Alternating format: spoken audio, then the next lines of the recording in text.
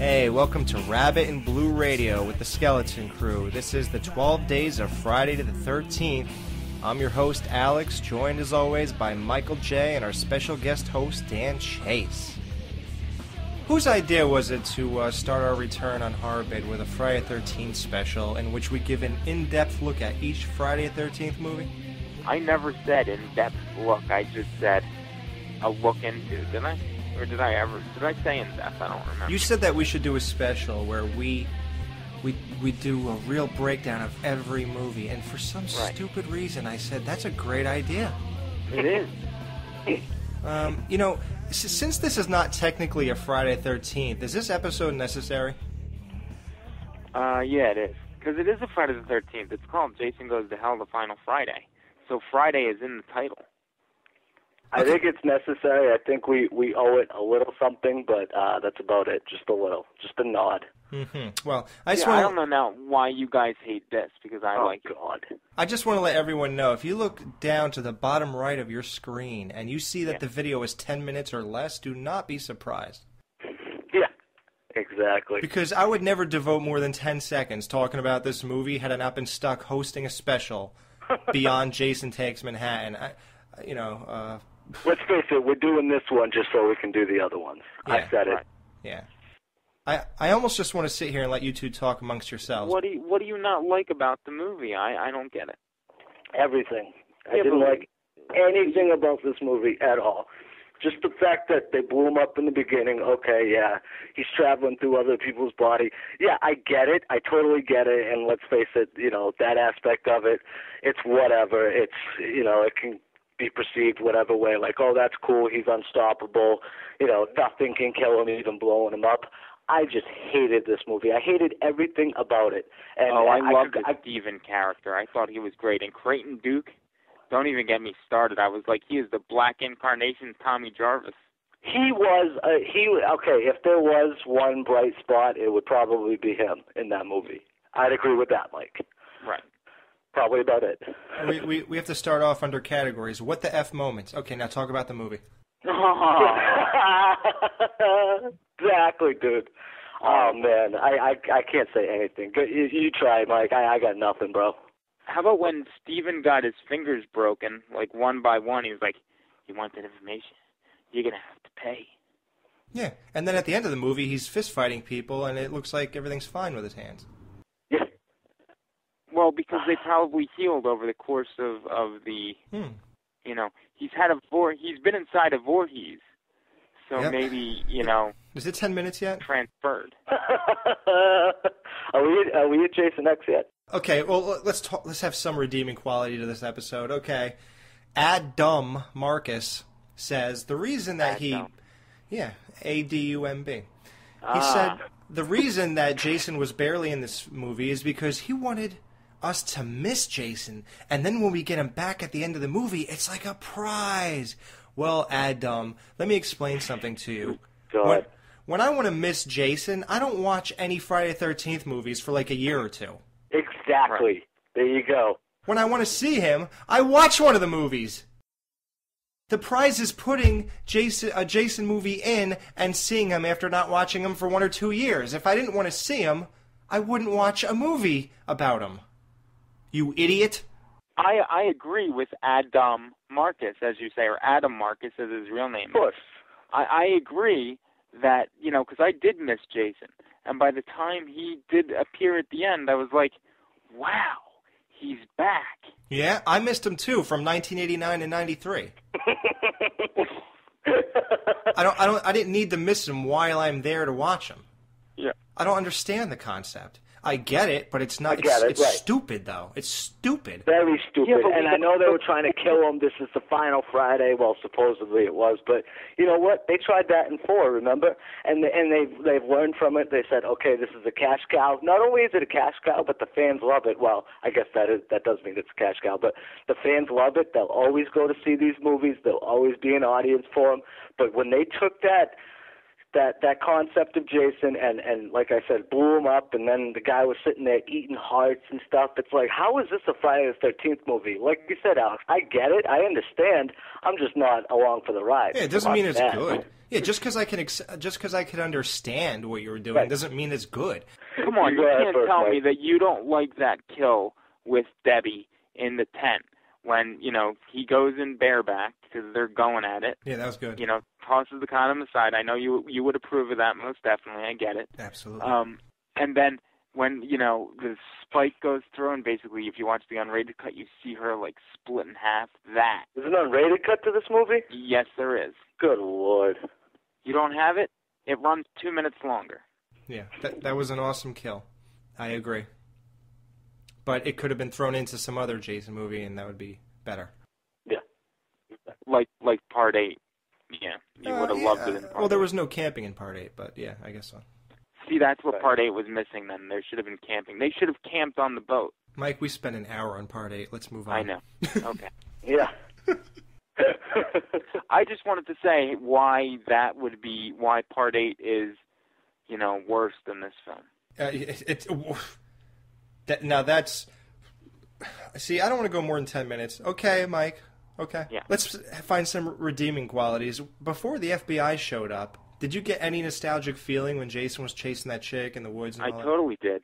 You know what? I'll give him this, too. The way they killed him and everything.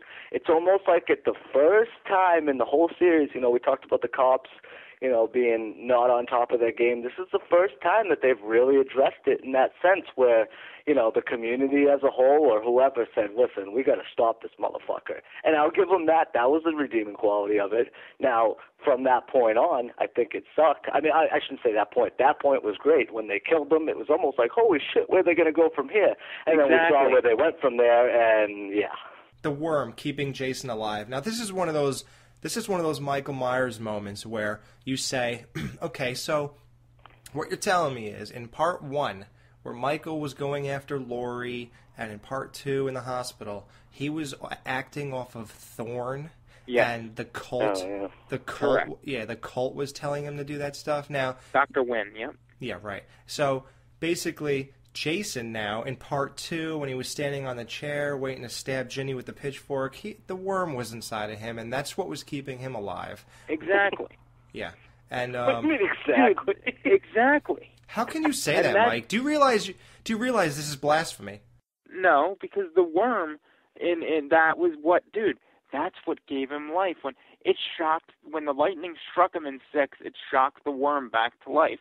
Like the reanimating Jason. The bong smoking worm in Freddy vs. Jason was better than this worm.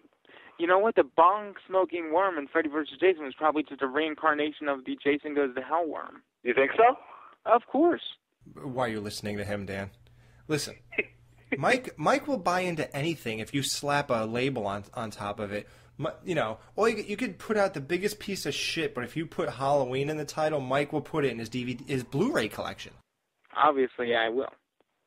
Like you're not a purist. Let's just say some sick, twisted millionaire made a new Halloween. He bought the rights. He just wanted to totally piss everybody off, and he made a Halloween movie where Michael Myers loves to have sex with little boys. And the reason he goes after these girls is so he can kill them and get to the boys. And then he said that's the reason Michael went after Laurie, so he can get to Tommy. He went after this one so he can get to this one, that one. Mike would say, oh, okay, so that's why he went after them, and he would buy into it. It's a genius explanation if you look at it that way. Alex, besides the little boys part, that basically just happened with Halloween with Michael Bay, so... I don't even know what to say about this. Yeah, I'm just, you know me, I'm all over the map when it comes to this stuff. I just remember going to the theater on August 13th, 1993, and watching this movie and loving it. And at the end of the film, when you see the Freddy glove come out of the earth to grab the mask, I started crying.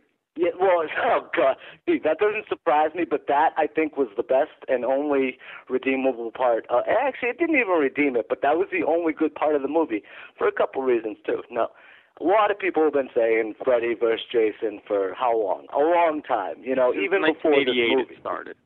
Yeah, exactly. So when this came along, and you know who it is, who has his hand in the glove. Yeah. What a dope. Like, Kane Hodder's so, I played Freddy too once.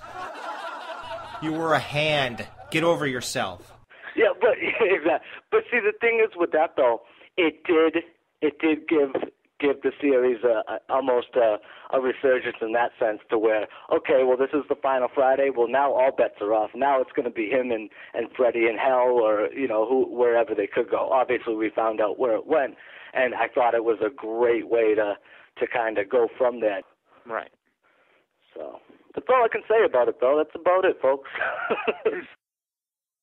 Okay. I would just like to mention that in the Crystal Lake Memories, they mentioned what a disaster Ad Dumb Marcus made of the movie, not knowing how to direct and all that stuff, and Cunningham had to come in and direct some scenes. It was basically, Cunningham said that it was very hard to edit into a watchable movie because over an hour was removed from the original print that Marcus shot. And really? Cunningham had to go and shoot extra scenes to fill the voids. I believe it. So that just tells you even more. I just want to, in case you think that him being a total incompetent asswipe is just my opinion. Oh yeah, also, just so you know, the original script of Jason Goes to Hell started off with like flashbacks, and one of them was Jason and his mom having sex. What? And, really? Yeah, but see, Adam Marcus did not write Jason Goes to Hell. That was Dean LeRae. Mm-hmm. Okay. This doesn't deserve any, but the awards kills. Debbie. What the F moments? We already did it. We just talked about it. Mysteries. Why the movie was made. Person to play Jason. Kane Hodder. Kane Hodder. Perfect. Favorite quotes from the movie. What was the last words in this movie? I don't remember. Whatever it was, that was my favorite quote in the movie. Couldn't agree more. Hi, this is Alex Edwards, host of The Skeleton Crew, and I would like to formally apologize for this episode. I just can't give my all in something I don't believe in. To make it up to you, I decided to record a verse of a rap song I wrote for Friday the 13th. Hopefully, you will enjoy this verse, hear our ratings for this movie, and look forward to the next episode when we put the full amount of effort in, like we always do. Thank you for your patience and understanding. As the story goes, one day in 1957, Jason drowns in the lake at the young age of 11. The counselors ain't hear nothing, they were too busy fucking. He gasped for his last breath, trying to reach for something. That was all they saw, this kid was reported drowned. They searched Crystal Lake, but his body was never found. Mommy broke down and cried, her only son died. Why little Jason, that's all she had in her life. But Mommy just snapped, she said, I'm getting him back. Time heals all wounds, but she never could adapt to the fact her baby boy is never coming back. Those two responsible assholes had better watch the back, but they didn't, they dared. The bodies are laying in the mud. I'd like to welcome you all to Camp Blood. It's only time they find out what it's all about. Now it's time, it's lights out, and no one's getting out, bitch. Okay, are we done? Yep. Wait, you're gonna rate it? You didn't rate it. Oh, 1. 1. 9. Oh my! Wait! Oh my God! I gotta go, guys. Exactly. You know what? And I'm crazy for liking Jason Takes Manhattan. Yeah, you're a fucking nutcase, Alex. Yeah. Wow. Okay. Well, we hope you enjoyed this. I sure as shit didn't. No, you didn't. I can't wait for Jason X, I'll tell you that. Yeah, Jason X actually has plenty of redeeming qualities, and that will be a much more interesting show, and we're sorry. Hey, listen, think of this as like a little break between shows. Right. Yeah. So, there you go. And I think a lot of people will be surprised at our reactions to the next 3 movies. That's all I'm going to say about that. Yeah, who knows where it'll go. So, we'll teaser. This is the Skeleton Crew, and this was Jason Goes to Hell, and this was the 9th installment of the 12 Days of Friday the 13th, exclusively at Harbin, and we'll see you tomorrow for Jason X.